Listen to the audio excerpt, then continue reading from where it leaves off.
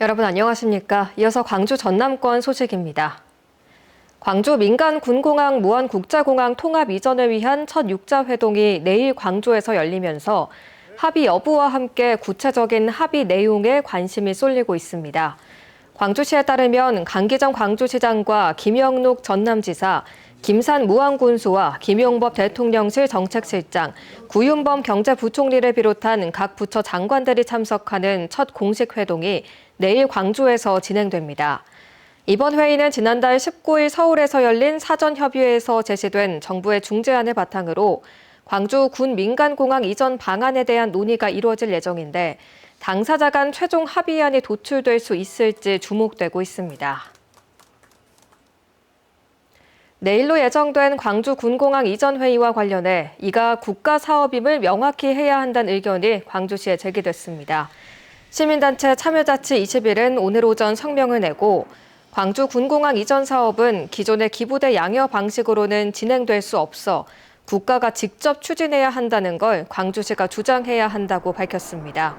또 지역 관광 산업을 위해 광주공항의 국제선 임시 취항을 약속받아야 하고 광주 시민과 무안 군민이 서로를 이해할 수 있는 공론장이 필요하다고 강조했습니다.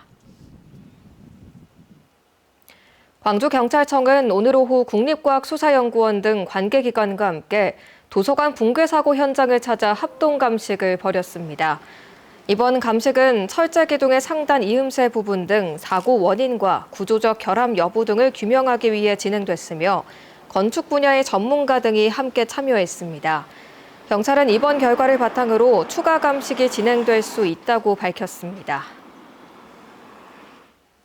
나주시가 오늘 인공태양 연구시설 유치 성공 설명회를 열고 향후 추진 계획과 경제 효과를 발표했습니다. 나주시는 인공태양 연구시설은 2027년에 착공해 오는 2036년에 완공할 예정이라며 한국형 핵융합 연구시설 등 모두 12개 시설이 조성된다고 밝혔습니다. 또 사업비 1조 2천억 원이 투입되는 만큼 300개 기업과 10,000개의 일자리가 생기는 등 경제 효과만 수조 원에 달할 것이라고 전망했습니다.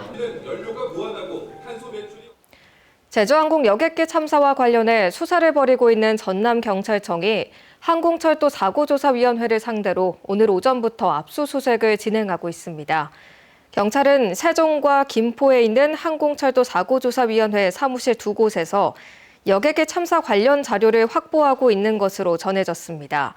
앞서 경찰은 참사의 원인과 과실을 규명하기 위해 관제와 조류 충돌 예방 업무를 맡았던 공항공사 직원과 방위각 시설 공사 관계자, 안전검사와 허가를 담당한 전현직 국토부 관계자 등 모두 44명을 입건해 수사를 진행하고 있습니다. 전남 통합국립의대 설립과 관련이 높을 것으로 보이는 지역의사 법안이 오늘 국무회의를 통과했습니다. 정부는 이재명 대통령 주재로 열린 오늘 정부 세종청사의 국무회의에서 지역의사의 양성 및 지원 등에 관한 법률 공포안을 의결해 2달 뒤에 시행합니다. 복무형과 계약형으로 분리되는 지역의사제는 복무형의 경우 지역의사 선발 전형으로 뽑힌 의대생들이 졸업 후 특정 지역에서 10년간 의무 복무하는 제도입니다.